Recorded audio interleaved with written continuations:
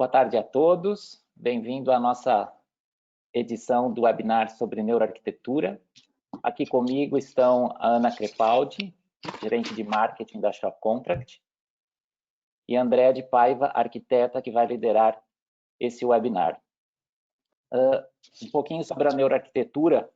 Aqui na Shop a gente tem apoiado bastante esse conteúdo e o tema. Nós acreditamos muito no poder da neurociência aliada à arquitetura para poder integrar, né, conteúdo de validação para desenho de interiores, soluções e bem-estar. Hoje a temática vai ser a neuroarquitetura como base de um ambiente corporativo restaurador, em que a Andréa daqui a pouquinho vai entrar em detalhes com vocês. Explicando um pouquinho a nossa ferramenta, aqui do lado direito da tela existe uma janelinha sobre questions ou questões, dependendo do idioma que você tiver. Durante todo o webinar você pode ingressar as suas perguntas e ali no final a gente vai ter uma sessão onde nós vamos responder a maioria das perguntas possíveis dentro do tempo. A apresentação deve ter mais ou menos uma duração de 40 a 45 minutos e nós reservaremos no final pelo menos 10 a 15 minutos para responder as perguntas principais e dando sequência também. Nós realizaremos algumas pesquisas durante todo o webinar. É uma enquete online, onde vocês respondem e a gente já divulga os resultados. E agora eu gostaria de passar a palavra para a Ana, que vai iniciar a primeira enquete e dando sequência a Andréa no webinar. Muito obrigado e bem-vindos. Bem-vindos a todos. Então, começamos aqui com a primeira enquete online.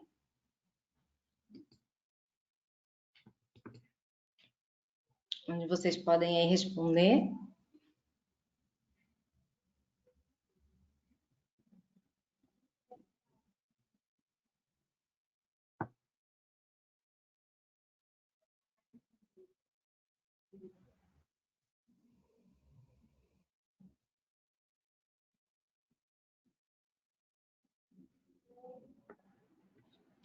Perfeito, já temos aí 50% dos atendentes já responderam e 33% já está muito familiarizado com o conceito, 50% já ouviu falar, mas não sabe bem do que se trata e até agora 15% não conhece da neuroarquitetura.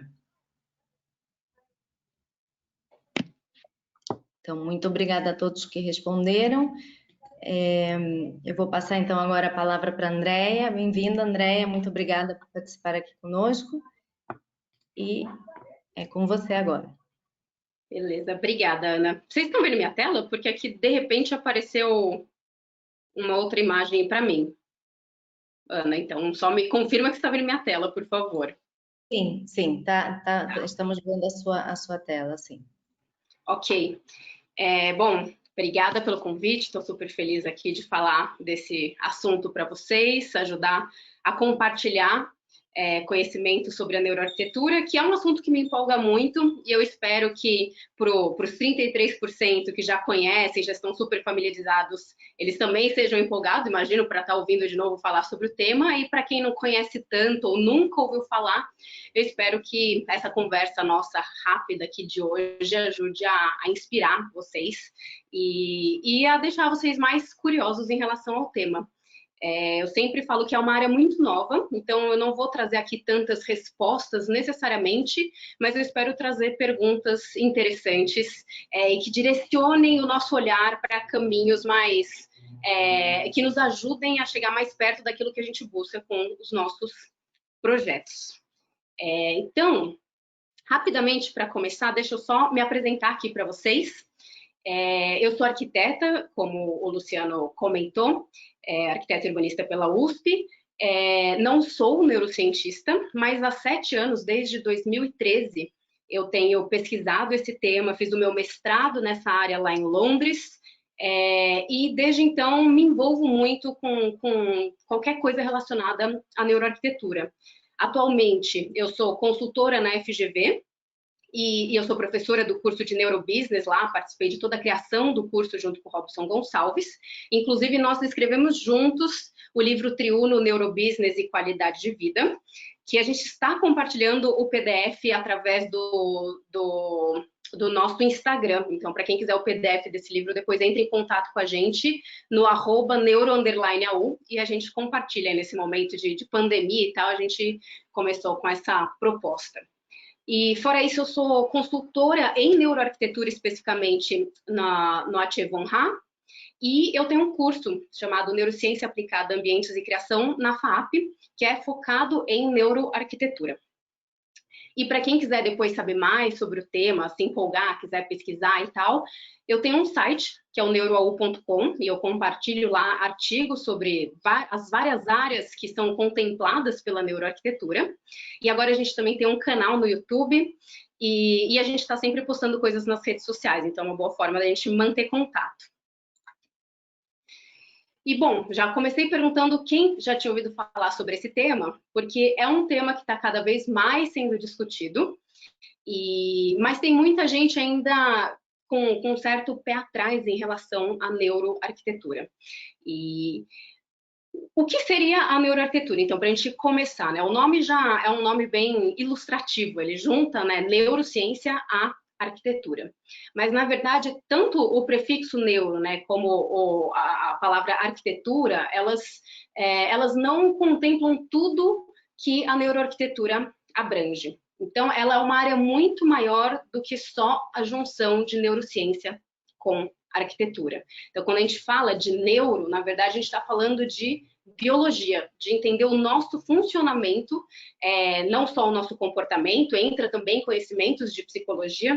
Então, sempre que eu dou essa palestra ou aula, né, as pessoas me perguntam, mas já existe a psicologia ambiental, que já falava sobre cérebro, comportamento e a relação com o meio ambiente.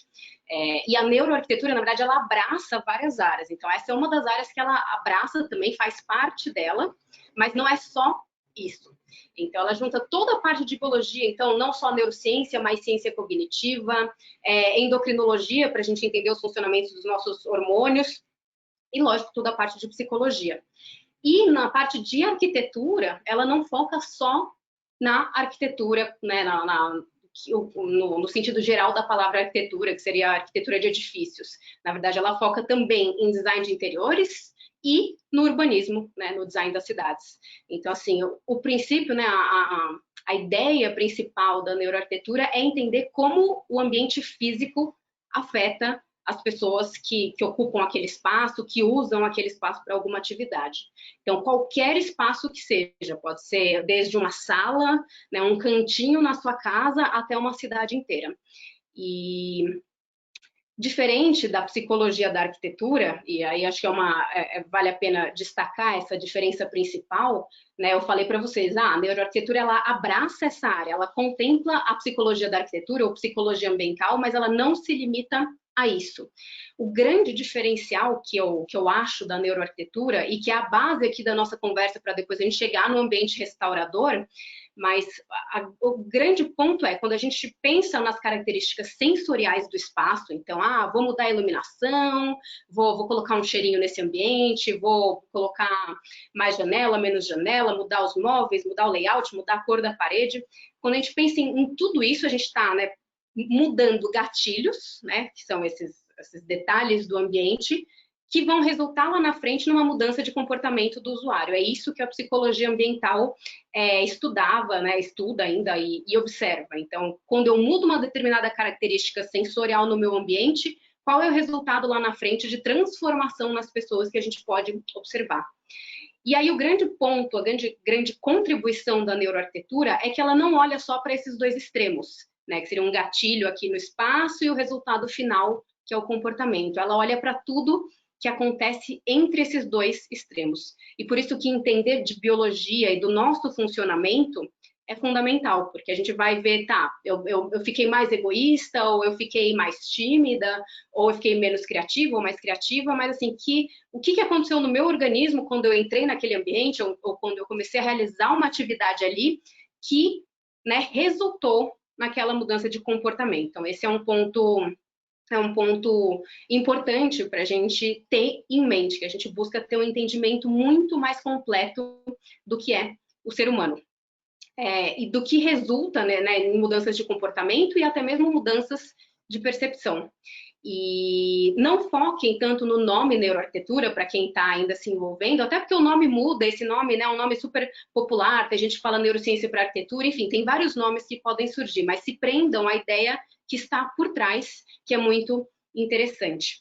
E, na verdade, essa invasão da neurociência, né, desses estudos sobre o cérebro, particularmente, e para buscar entender os, né, como da complexidade do cérebro resultam tantos comportamentos diferentes, o que está envolvido no nosso processo de tomada de decisão, no pensamento criativo, nas nossas emoções, é muito interessante não buscar só entender a neuroarquitetura. Na verdade, todo esse avanço na neurociência, ele possibilitou que essa área mais do campo das ciências biológicas, né, que invadisse esse campo invadisse outras áreas. Então, assim, a gente tem hoje em dia, né, economia comportamental e neuroeconomia, a gente tem neuromarketing, neuroliderança, neurocomunicação, neuroeducação.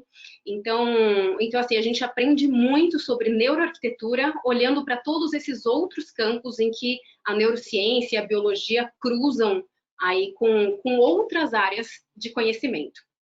E para começar, né, já que só nivelando aqui todo mundo para a gente começar da mesma página sobre o que é neuroarquitetura. Eu sempre coloco essa frasezinha do Churchill, e quem já conhece neuroarquitetura com certeza já viu essa frase antes, porque em todos os lugares que se fala de neuroarquitetura as pessoas colocam essa frase em algum lugar, porque ela traduz muito bem o propósito da neuroarquitetura. E ele falou, né? Damos forma aos nossos edifícios e depois eles dão forma à nossa vida. Então, se a gente está falando de querer, né, melhorar o bem-estar, a saúde mental e física das pessoas, conforme a gente molda os nossos espaços, a gente consegue transformar isso lá na frente. Então, e um outro ponto importante aqui, então, uma outra frase que eu coloquei para começar com vocês também, é uma frase do Richard Neutra. E ele fala, o fato de que um homem não perceba a nocividade de um produto ou do design ao seu redor, não significa que tal elemento seja inofensivo. Então, eu gosto de destacar isso já no começo da conversa, porque muitas vezes a gente se habitua aos ambientes, não só aos ambientes, as pessoas com as quais a gente convive, às vezes, né, os colegas de trabalho não são tão legais assim, a gente se habitua às nossas rotinas, que às vezes não é a rotina ideal, a gente se habitua aos espaços, seja a nossa cidade, seja a nossa casa, seja ficar em isolamento, agora fechado em casa, a gente consegue se habituar, mas o grande ponto é, muitas vezes quando a gente se habitua, a gente deixa de perceber coisas que ainda assim estão nos afetando. Assim, mudei para uma região muito barulhenta da cidade, nos primeiros meses eu sofria porque o barulho me acordava, porque eu não conseguia me concentrar, e depois eu me acostumei e nem ouvia mais o barulho. Na verdade, a informação continua chegando até o seu cérebro e continua interferindo no funcionamento dele. O que muda é que a sua atenção consciente não é mais direcionada para aquilo. E a gente precisa ficar alerta, porque com essa de se habituar, a gente muitas vezes pode se habituar a rotinas ou ambientes que não necessariamente sejam bons para a gente, né, saudáveis para a gente no longo prazo. E a arquitetura, e principalmente pensando em arquitetura das cidades e do ambiente corporativo, isso é um assunto que merece ser mais discutido, porque os ambientes que a gente está criando, e a gente vai falar bastante disso aqui hoje, eles não só têm um efeito no curto prazo na saúde das pessoas, no comportamento, mudei a sua tomada de decisão, impactei no seu estado mental, mas assim, no longo prazo, é quase que um investimento para ter um resultado positivo de saúde mental e física lá na frente.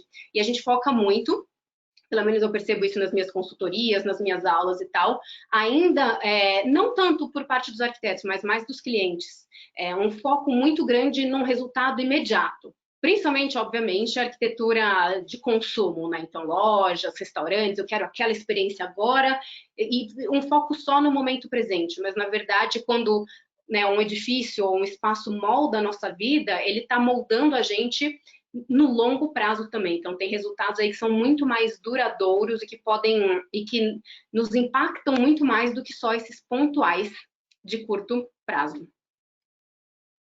E aí, para ficar um pouquinho mais claro, né, como é que a gente consegue fazer esses estudos em neuroarquitetura, eu não faço os estudos, eu pego todo o material que os neurocientistas já fizeram de pesquisa e eu traduzo para a neuroarquitetura, né, trago para o campo da arquitetura, mas eu não faço esse tipo de pesquisa porque eu não sou cientista.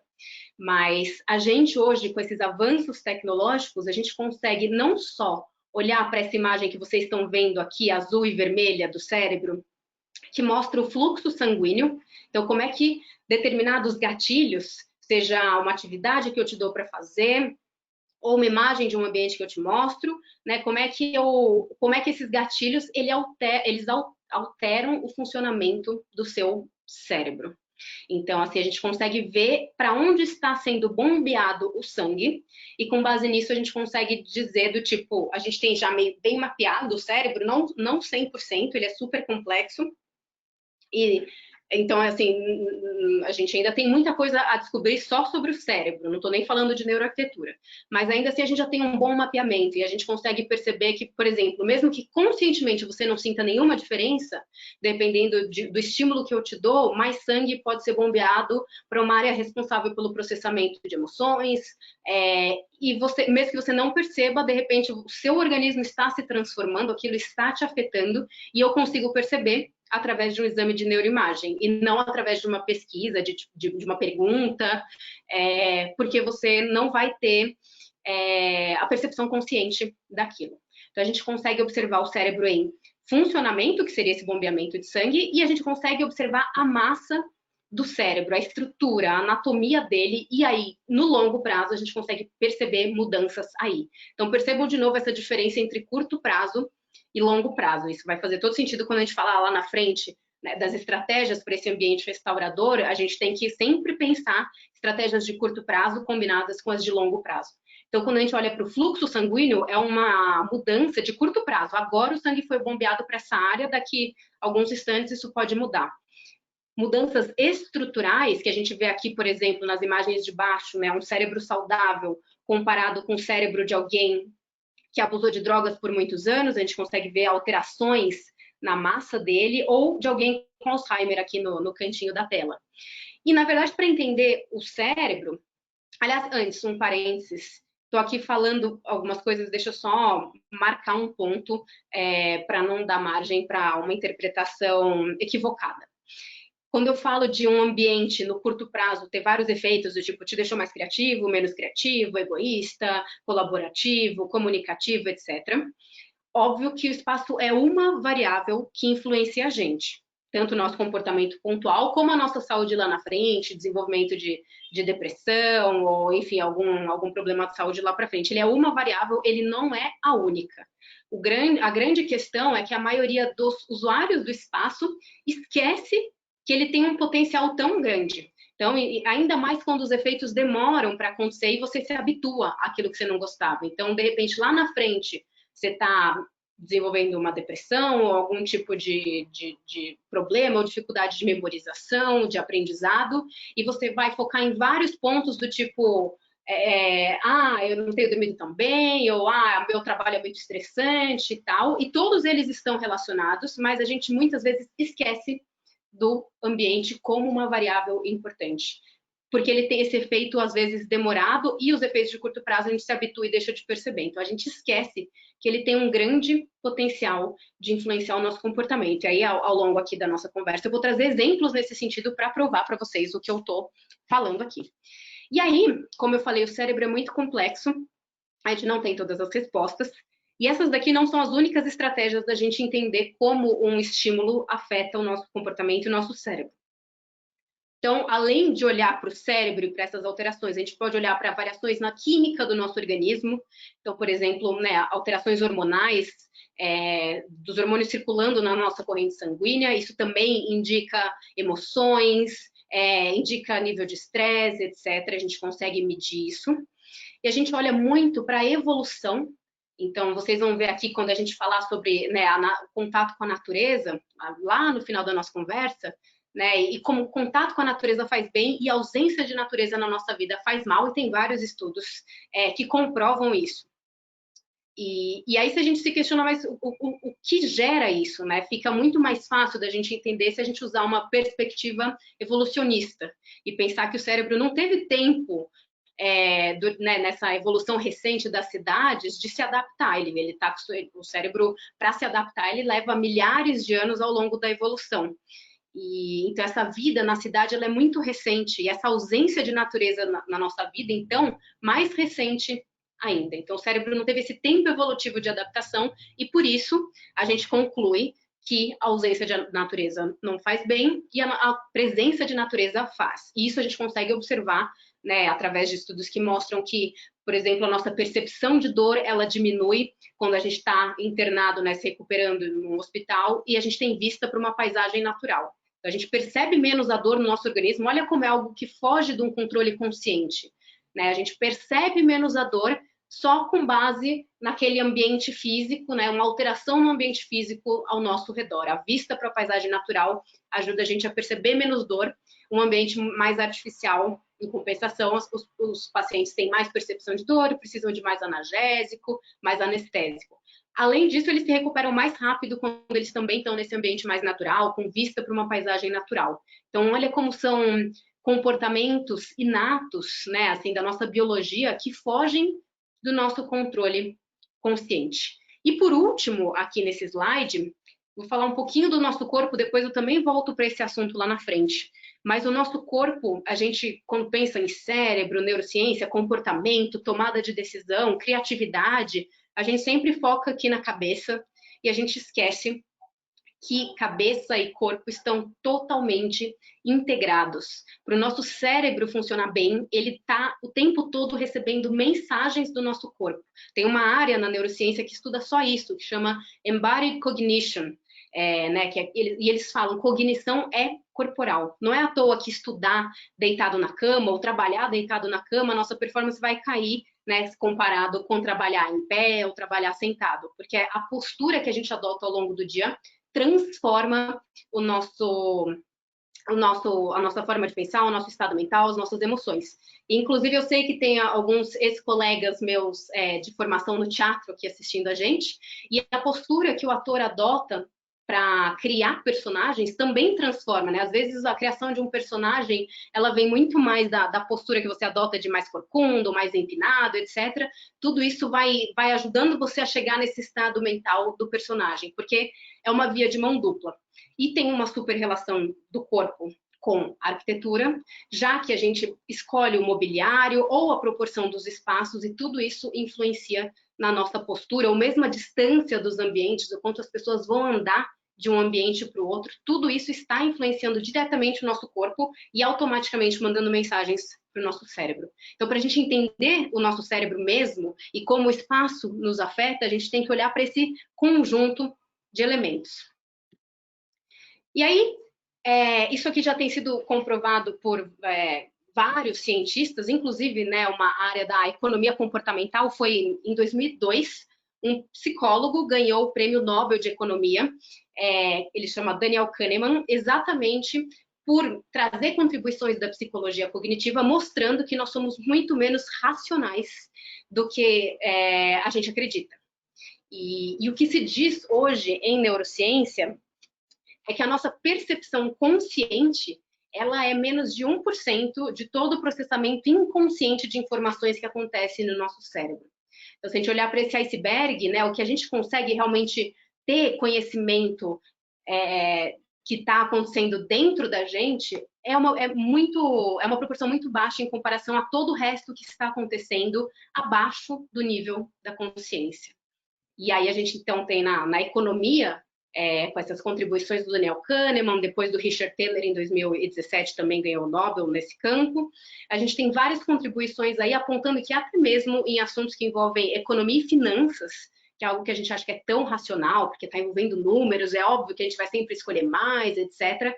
E eles vêm com vários estudos comprovando que nós não somos tão racionais assim, que as nossas emoções, instintos, impulsos, eles afetam muito a nossa tomada de decisão, mesmo em situações que a gente está crente que está sob controle. E, obviamente, o espaço é um elemento que está o tempo todo nos influenciando, e muito mais nessa base aqui do iceberg do que no topo.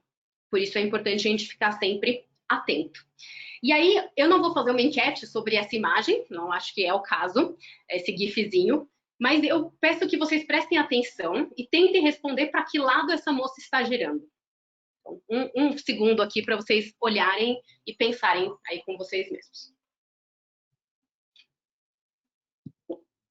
Em geral, eu mostro isso nas minhas palestras, nas minhas aulas, e sempre tem gente que percebe diferente, porque, na verdade, apesar de ser uma mesma realidade, é o mesmo GIF, uma imagem, é um negócio super simples, depende, a sua percepção vai depender de por onde você olha. Então, se você olhar da esquerda para a direita, você vai ter uma percepção, e da direita para a esquerda, você vai ter outra percepção. Então, assim, um outro ponto para a gente começar a ter em mente quando a gente fala de neurociência aplicada, de neuroarquitetura, é que mesmo a percepção, a gente não está nem falando do comportamento, que é algo super complexo, que vai resultar de uma percepção que você tem. Estou falando antes, a percepção de uma mesma realidade, ela pode se alterar de acordo com como a gente apresenta essa realidade. Isso vale para quando a gente vai comunicar uma ideia para o nosso cliente, como é que a gente apresenta o nosso projeto para o cliente. Isso vale na experiência do espaço, né? Por onde eu começo a minha experiência daquele ambiente, então onde é o hall de entrada, né? O corredor por onde eu passo, o elevador que eu pego até chegar na sala principal. Tudo isso influencia a nossa percepção de uma mesma realidade. Lembrando que aqui eu estou mostrando um negócio super simples para vocês, um GIF.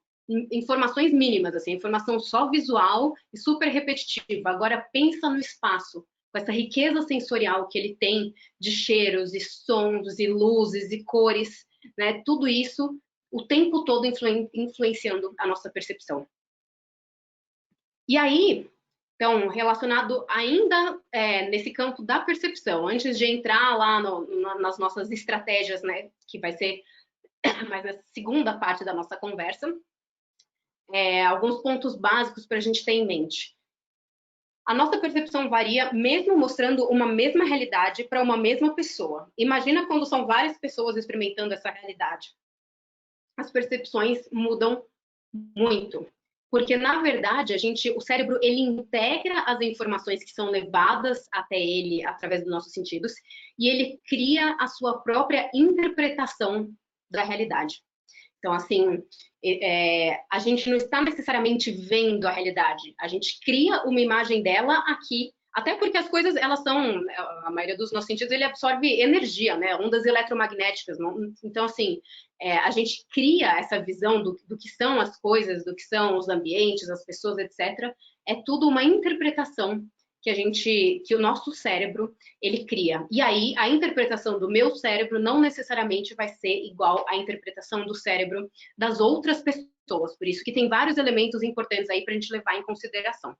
E um exemplo que eu gosto de trazer para a gente ver como o contexto, né, influencia a nossa interpretação. Não sei se vocês estão vendo aqui as duas taças de vinho, mas aí, de novo, uma pergunta que vocês não precisam me responder em enquete, né? Em qual taça de vinho vocês acham que tem mais bebida? Parece, a princípio, que é a taça de vinho tinto, porque ela está cheia quase até a boca e a taça de vinho branco está baixinha. Mas, na verdade, o que muda é o tamanho da taça. A dose que está nela é a mesma. E aí eu pergunto para vocês, em qual taça vocês acham que se sentiriam mais saciados?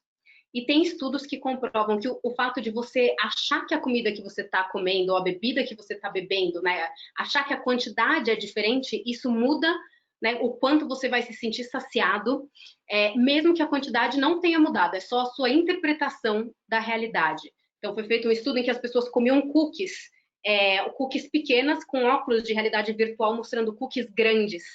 E o que acontecia é que as pessoas se sentiam saciadas quando elas enxergavam, através desse óculos de realidade virtual, a cookie maior do que o tamanho real que elas estavam comendo.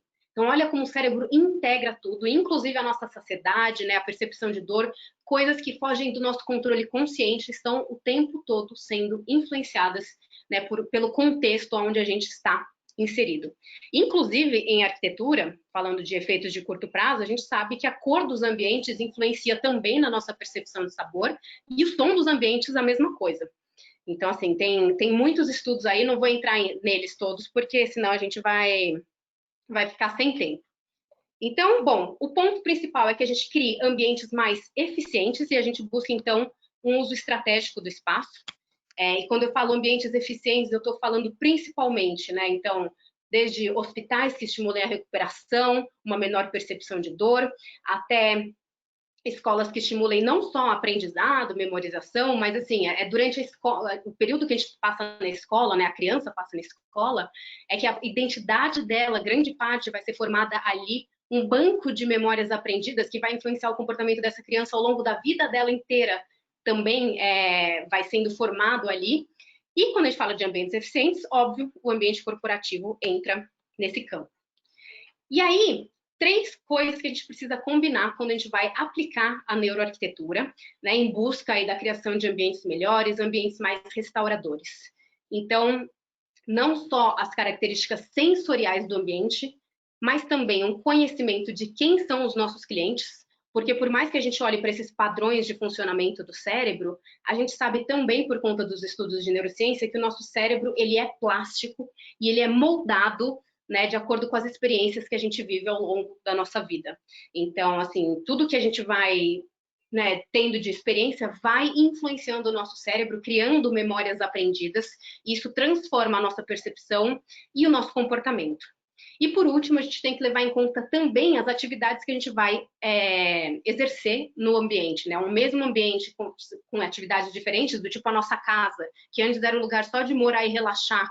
Para morar e relaxar estava funcionando muito bem, mas agora que a gente tem que trabalhar, que a gente tem que dar aula, que a gente tem que ter aula, aí ele deixa de funcionar também, porque ele está ganhando aí outras atividades para as quais ele não foi projetado, esse ambiente. E o último ponto que eu já falei para vocês um pouquinho é o tempo. Então, assim, ambientes que a gente tem uma passagem muito rápida, tipo uma loja de shopping, tipo um restaurante, que é algo muito pontual, eles têm um efeito imediato na gente. Mas esse gráfico mostra, quanto maior a exposição a um estímulo, qualquer estímulo, não só o ambiente, maior é o efeito que ele gera na gente, mais persistente, mais duradouro. E aí, entrando, então, nas nossas estratégias, e aí eu vou falar desses efeitos de curto e de longo prazo, que eu venho, né, comentando aqui ao longo da conversa, eu vou apontar algumas coisas relacionadas a eles dois. Vou passar agora a bola para a Ana, para ela fazer a última pergunta da nossa enquete para vocês.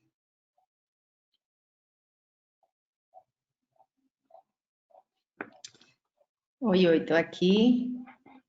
Então, vamos lá. A nossa próxima enquete online. Se vocês já ouviram falar de nudge.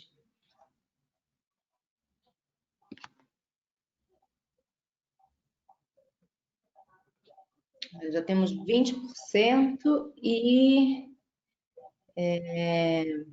25% já votaram e 93% nunca ouviu falar.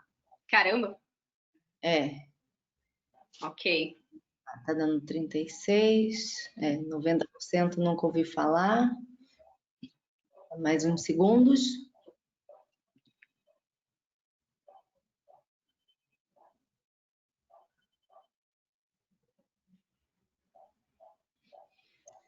É isso, Andréia. O resultado diz 92% nunca ouviu falar e 8% já ouviu falar, mas não sabe bem do que se trata.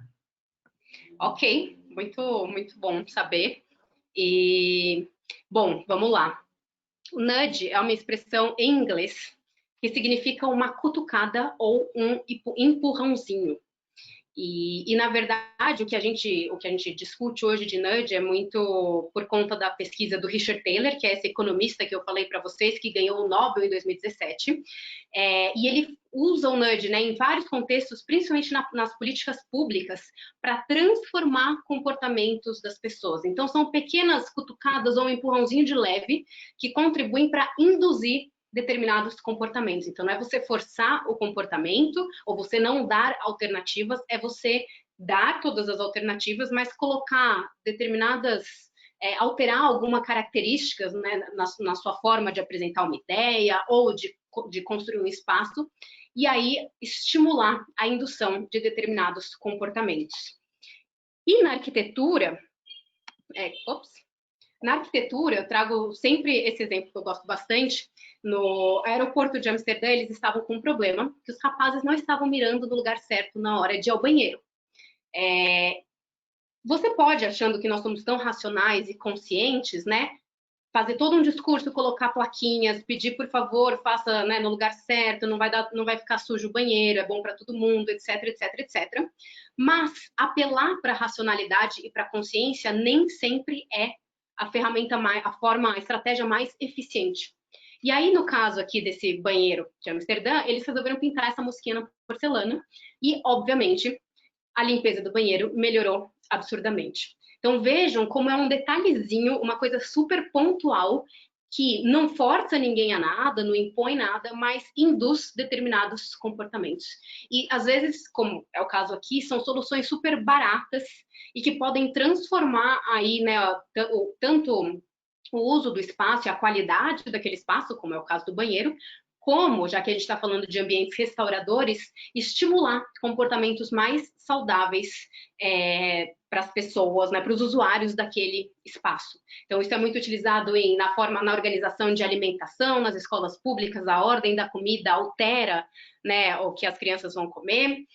E nos ambientes públicos tem vários estudos sobre como a gente pode usar isso. Então, aqui é um estudo da Coral Tintas, em que depois que eles pintaram a escada, né, da saída desse metrô, assim, coloridinha, eles conseguiram um aumento de 63% no uso da escada tradicional em comparação com a rolante. De novo, apelar para a consciência, mesmo que seja do seu próprio interesse, do tipo, é um investimento na sua saúde, você vai ter um envelhecimento mais saudável, você vai ter mais reserva cognitiva, você vai ter um cérebro mais eficiente, vai pensar melhor, sua memória não vai, né, ficar tão prejudicada lá na frente, você vai, né, ser mais saudável fisicamente, o seu corpo também, ainda assim, apelar para todos esses benefícios focados, né, no pensamento consciente, ainda assim não é tão eficiente como uma brincadeira, uma transformação, uma pista que você coloca no ambiente, que a pessoa não se dê conta nem né, que a pista está lá para mudar o comportamento dela e nem que o comportamento dela realmente mudou por conta dessa característica, né, dessa pista que você colocou no espaço. Isso pode ser usado em vários momentos, né? Estratégias de comunicação, isso é usado em políticas públicas, no direito, isso é usado bastante, e, obviamente, na arquitetura e no urbanismo. Eu vou pular esse slide aqui e vou falar para vocês aqui. A Disney usa muito bem isso. Então, quando você está lá, a Disney assim, daria para fazer uma conversa só da Disney, né? E de como eles sabem usar não só o nudge, mas vários elementos da neuroarquitetura para te manter inserido nessa experiência de fantasia do mundo Disney e te manter o tempo todo fazendo associações com a marca e com o lugar onde você está. Então, assim, lá eles têm, né, o Hidden Mickey, que onde você olhar tem lá um Mickeyzinho, né? Então, é uma pista que está no ambiente que não te induz a nada necessariamente, mas te faz, o tempo todo você vai bater o olho, você já está com a cabeça ali, né, pensando na Disney, nos personagens, então onde você olhar, você vai identificar os personagens, né, principalmente o Mickey, que é o grande símbolo deles.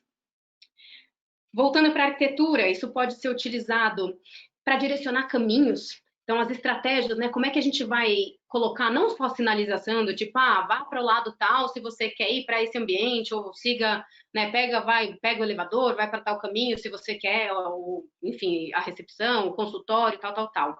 Mas que elementos sensoriais a gente pode colocar no espaço, né, que funcionem como nudge e que mudem a rota que as pessoas adotam. Lembrando que já que o corpo é tão importante como a gente falou lá atrás, e que a atividade física é fundamental para a manutenção da nossa saúde e do nosso humor no curto prazo e da nossa saúde no longo prazo, né? Como é que a gente coloca rotas aí nos nossos pisos que estimulem caminhadas mais longas? A gente não está impondo, não estou forçando você a andar né, para um banheiro super longe, passando vontade, mas eu posso te dar essa opção e colocar um elemento lúdico no espaço que influencie, né, a sua escolha, senão, obviamente, a gente sempre vai optar pela rota mais curta.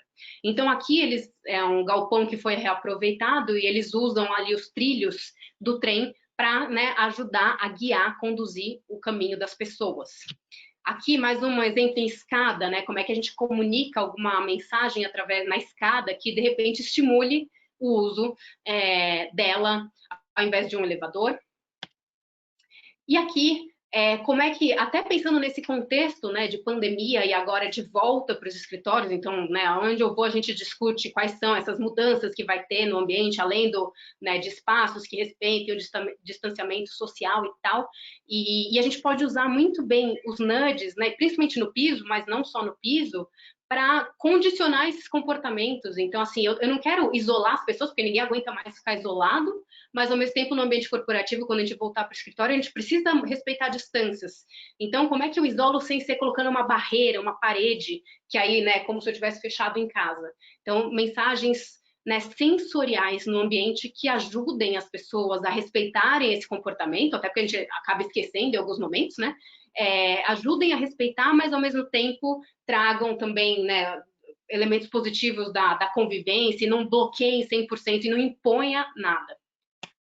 Então, aqui mais um exemplo de como você pode usar estratégias, não só, obviamente, o uso do vidro, que mantém uma conexão visual, né, mas tem uma privacidade acústica maior, mas o próprio piso como algo que direciona o fluxo das pessoas, até porque agora a gente não pode ficar se esbarrando tanto, se cruzando, e separa, né, esses espaços onde tem alguém sentado, para ninguém passar atrás de você respirando no cangote, assim, no seu ombro ali em cima, né, como é que você redireciona esses fluxos através de estratégias no piso. Inclusive, super importante, fazer isso de uma forma que fique legal e que depois, quando isso tudo passar, e eu espero que passe, a gente ainda assim vai ter um piso bonito, não é nada que assim, ai, nossa, eu tive que investir um monte para mudar, e aí a pandemia acabou, e teve vacina, etc., e agora eu tenho que tirar isso. Não.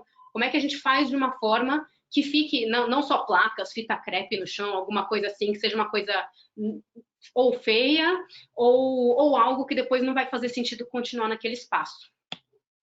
E por último, para a gente começar a encerrar aqui a nossa conversa, eu falei para vocês sobre a importância do contato com a natureza, que o nosso cérebro foi programado evolutivamente para viver no meio dela. Ele não teve tempo evolutivo de entender que a gente vive na cidade. Para o nosso cérebro, e, né, tem vários comportamentos associados a como se ele entendesse que ele ainda está lá na savana, tendo que caçar para comer, etc. E o fato da gente se privar, então, do contato com a natureza, a gente sabe que hoje em dia faz mal. E, por outro lado, o maior contato com a natureza faz bem. Então, quando a gente fala de ambientes restauradores, né, a gente começa a associar essas estratégias, seja do nudge, né, para estimular comportamentos mais saudáveis, e essa integração com a natureza. Lembrando que eu não estou falando necessariamente de trazer um jardim para dentro do seu escritório, ou de abrir uma janela para um parque, sendo que você está no meio da Paulista e está longe do Trianon e não tem muito verde ali na região. Você pode usar estratégias que são muito mais baratas, do tipo essa empresa aqui em Londres, eles têm um carpete verde.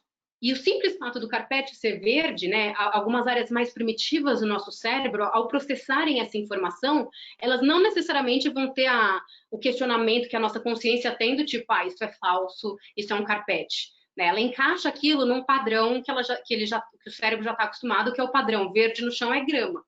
E aí, automaticamente, isso já tem um resultado positivo. Então, só de olhar para uma imagem de natureza, eu não estou nem falando, né, de um ambiente sensorial ou de ir para o parque, de olhar para uma imagem de natureza, a pressão sanguínea baixa, os níveis de estresse diminuem, as tensões musculares relaxam e a nossa capacidade de focar aumenta.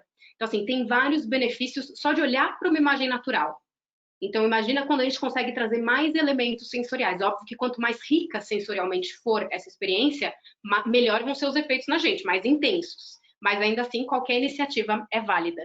E aqui a gente tem o exemplo não só do piso e das arvorezinhas, da entrada de iluminação natural, mas de elementos com significado. Não só o ping-pong ali, mas essas mesinhas de piquenique. Então, se a gente está falando de um ambiente, né, de descompressão, né, que alivia a tensão do trabalho, etc., o fato da gente trazer elementos que tenham um significado, né, ajudam a quebrar essa coisa de, estou no ambiente da empresa e tenho que me portar de tal forma.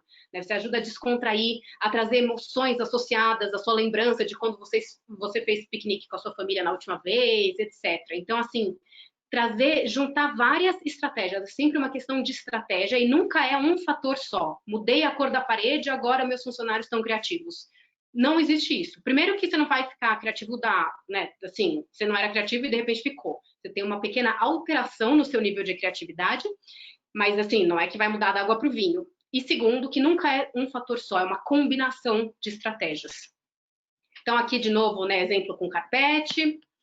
Aqui, mais um exemplo que mostra, né, uso de cores e de outros elementos da natureza. A gente sempre fala em biofilia e natureza e fica focado no verde, na grama, mas a natureza ela é muito mais rica do que isso. Tem o deserto, tem a praia, tem o fundo do mar, tem o fogo, tem a cor do pôr do sol. Então, assim, tem muitos elementos que vão além do verde. E para a gente fechar aqui a nossa conversa e abrir para as perguntas, a gente hoje, quando a gente fala de arquitetura, né, até um tempo a gente ficava muito preso a questões de estética, funcionalidade dos ambientes, né, usabilidade, eles tinham que, né, eles têm uma função prática, e as técnicas de construção. Mas, hoje em dia, para a gente realmente conseguir criar ambientes restaurativos, ambientes que façam bem, né, que estimulem mudanças de comportamento no curto prazo, mas que gerem impactos positivos lá na frente, a gente tem que conseguir cada vez mais trazer esses conhecimentos da ciência, da biologia, para dentro da arquitetura e do urbanismo. E isso, hoje, especificamente com esse cenário que a gente está vivendo de pandemia, as pessoas estão ficando mais atentas a influência que o espaço tem na vida delas. Porque até então a gente estava tão na rotina automático que a gente não percebia que o espaço estava fazendo mal e não estava contribuindo para a nossa produtividade ou para o nosso bem-estar. Mas agora que a gente está forçado a ficar em casa, todo mundo, mesmo quem não é arquiteto, está com mais tempo, por um lado, e está mais atento a como isso está sendo prejudicial, não só na sua produtividade, no seu humor naquele momento, mas a gente vai ver lá na frente os resultados que isso pode gerar no longo prazo. Então, assim, passar um dia em casa é super gostoso e relaxante. Agora, passar meses em casa sem poder sair, sem ir para outros ambientes, o que isso pode gerar, não só no nosso humor e na nossa percepção e produtividade do momento, mas de mudanças estruturais no nosso cérebro, como a gente viu aquelas imagenzinhas lá do começo, que eu mostrei de abuso de drogas, de Alzheimer, mudanças não naquele nível, obviamente, mas mudanças estruturais acontecem quando a gente recebe estímulos contínuos. Então, cada vez mais as pessoas vão exigir e vão estar mais atentas a como o ambiente pode impactá-las. E cada vez mais, já que a gente está vendo como é difícil trabalhar de casa, tem vários benefícios, mas também tem pontos aí muito, muito difíceis da gente driblar.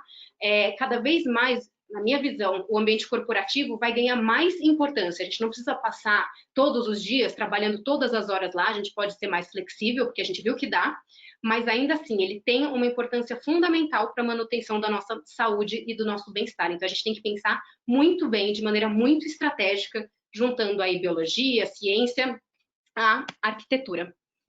E por último, para a gente encerrar mesmo, a gente tem sempre que buscar um equilíbrio. Então, quando a gente fala de arquitetura, de neuroarquitetura, dessas estratégias de neurociência, nunca é uma resposta só, do tipo que eu falei para vocês, mudei a cor da minha parede, agora as pessoas estão com esse comportamento ou com aquele. É sempre um conjunto de elementos.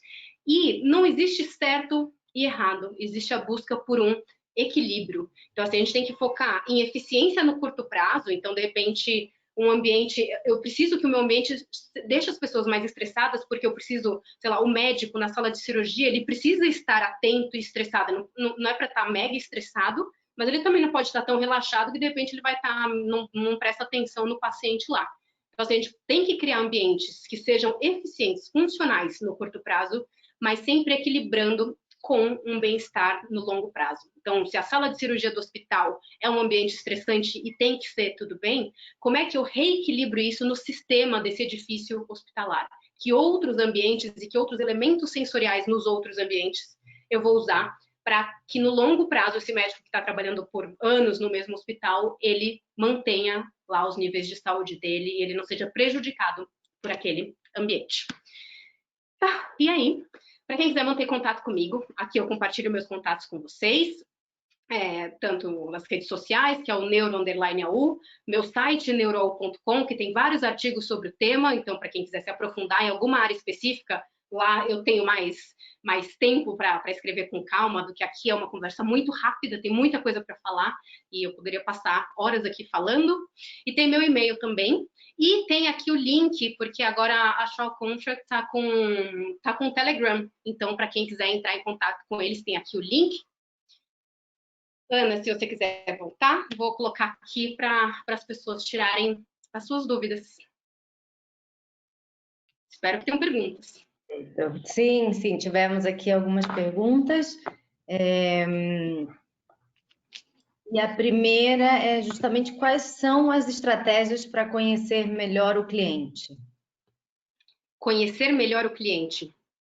Bom, eu falei para vocês lá atrás, né, que com a neurociência a gente olha muito para comportamentos inatos que tendem a ser iguais para a maioria das pessoas, mas tem sempre uma combinação disso com os comportamentos aprendidos, que eu também falei que o nosso cérebro é plástico e é moldado de acordo com as nossas experiências.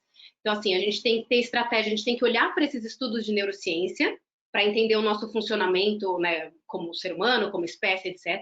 Mas a gente sempre tem que focar muito bem em quem são os usuários, os diferentes usuários, porque não são os mesmos, dos nossos espaços. E aí tem várias estratégias possíveis, desde uma entrevista, que é sempre válido, apesar de que eu mesma comentei, né, que às vezes na entrevista a pessoa vai dar só uma opinião muito consciente, muito racional do que ela percebeu que aconteceu, e não necessariamente ela vai conseguir ilustrar ou passar tudo aquilo que realmente o espaço afetou nela e no organismo dela, no comportamento dela. Então a gente precisa associar, o ideal é sempre associar técnicas de entrevista com técnicas do tipo observação de comportamento, jornada do usuário, onde a gente acompanha as pessoas e fica realmente observando como elas se relacionam com o nosso produto, com o nosso espaço, criação de personas. Tem várias estratégias, né? E a gente sempre tem que focar nos diferentes grupos de usuários de um mesmo espaço, nunca num grupo só, porque diferentes pessoas têm diferentes memórias, né? Diferentes culturas e diferentes necessidades. Perfeito. Temos aqui outra pergunta também. Pergunta que algum exemplo real de projeto que tenha aplicado a neuroarquitetura? Então, na verdade, não existe ainda uma metodologia oficial de aplicação da neuroarquitetura. E eu, obviamente, nas minhas aulas, eu trago um monte de exemplos para os alunos, mas eles não são exemplos que eu diga, o arquiteto sabia o que era neuroarquitetura e oficialmente está lá escrito que ele aplicou aquilo. Então, oficialmente, ainda não existe. Lógico que agora os arquitetos, né, começam a fazer consultoria nessa área e começa a ter um pouco, mas ainda assim, alguns exemplos que eu acho legais destacar. A imagem que eu trouxe para vocês do escritório em Londres é de uma empresa chamada Innocent Drinks. E a arquitetura deles, assim, não é uma arquitetura mega produzida e tal, mas ainda assim eles aplicam vários elementos que a gente defende em neuroarquitetura e que a gente estuda e que a gente sabe que tem benefícios, desde dessa aproximação com a natureza até essa aproximação com os significados. Então, o tempo todo eles estão, né, desde a mesinha do piquenique até elementos que têm a ver com o produto e com a identidade, com a cultura daquela empresa, né? Eles fazem sucos naturais. Então, assim, a presença das frutas e das cores das frutas, além da mesa do piquenique, lá no escritório, tudo isso são, né, esse conjunto aí todo de características contribui para a criação de um ambiente muito mais eficiente. Então, um grande exemplo que eu costumo usar é esse, mas existem outros. Por exemplo, a fábrica de caminhões da Volvo em Gotemburgo, eles percebendo essa importância, né, para restaurar a energia dos funcionários, a importância do contato com a natureza, já que Gotemburgo, na Suécia, é super frio, né, o dia é curto, o inverno é longo, eles resolveram trazer a natureza para dentro da linha de montagem dos caminhões. Então, eles criaram um oásis ali no meio, que tem laguinho, tem peixe e tem o cafezinho dos funcionários. E no meio da linha de montagem, que é um lugar super estressante, a linha de montagem em si, mas ali no meio você encontra um oásis e é um ambiente super restaurador para os funcionários. É um projeto super caro nesse caso, mas assim, de muito sucesso, e eles até estavam com planos na época que eu fui lá, de replicar isso em outras unidades das fábricas deles. Super interessante, da Volvo. E, finalmente, a última pergunta é: que tipo de mobiliário deveria ser utilizado dentro da neuroarquitetura? Se existe, né, algum tipo de mobiliário? Não existe um tipo específico, assim, nunca vai existir uma resposta assim, faça isso que vai dar certo para todos os casos. Você tem que entender quais são os casos. Mas eu falei lá no comecinho da nossa conversa como o corpo ele é importante para a nossa cognição, para o funcionamento do nosso cérebro. Então, acho que o mais legal não é pensar em um padrão de mobiliário, mas é, no ambiente corporativo, oferecer diferentes oportunidades. Até porque as pessoas, elas têm necessidades diferentes, seja pela idade que cada um tem, um mais velho, um mais novo, ou por uma questão da constituição física, ou é uma pessoa neurodivergente. Mas então, assim, oferecer diferentes oportunidades e assim, dependendo da minha necessidade hoje ou do meu gosto, da minha preferência, eu ocupo um lugar diferente. Então, assim, diferentes oportunidades para as posturas do corpo. Então, desde um puff, uma cadeira sem encosto, uma cadeira com encosto, né? Opção de trabalhar em pé, que está hoje cada vez mais sendo, né, as pessoas investem nisso. Então, assim, você, através desse mobiliário, você estimular diferentes posturas nos usuários. E uma outra discussão que a gente tem no campo da neuroarquitetura é que pontas e quinas tendem a elevar um pouquinho os níveis de estresse. Então, se você quer uma postura mais de aproximação, seja do seu cliente quando visita a empresa, ou numa sala de reunião, etc., né, tentar usar formas um pouco mais orgânicas, mais arredondadas, isso também pode contribuir. Perfeito, Andréia. Não tivemos mais perguntas, eu acredito que a sua apresentação foi bem explicada, por isso não tivemos mais dúvidas presentes. Muito obrigada pela apresentação, e aí voltou o Lu na conversa. Lu? Pessoal, a gente quer agradecer a participação de vocês, agradeço também aqui toda a aula que a gente teve com a Andréia, todo esse conhecimento, a toda a assessoria da Ana. Sigam aí conosco, a gente vai ter mais conteúdo nos próximos meses. A Andréia tem sido uma parceira maravilhosa conosco para elaborar conteúdo, nos ajudar a explorar o tema da neuroarquitetura. E temos só que agradecer a presença de todos vocês nesse webinar. E qualquer dúvida que vocês tenham, por favor, utilizem aí os canais que a Andréia apresentou. Qualquer coisa que precisem, nos escrevam. Muito obrigado e uma boa tarde para vocês. Valeu, gente. Foi um prazer. Obrigada. Só lembrando, todos os documentos relacionados a esse webinar serão compartilhados no nosso canal do Telegram. Então, deixando aqui o convite para vocês novamente entrarem lá, o canal Shock Contract. E muito obrigada pela presença de todos vocês. Andréia, também muito obrigada. Obrigada, tchau, tchau. Obrigado. Até logo.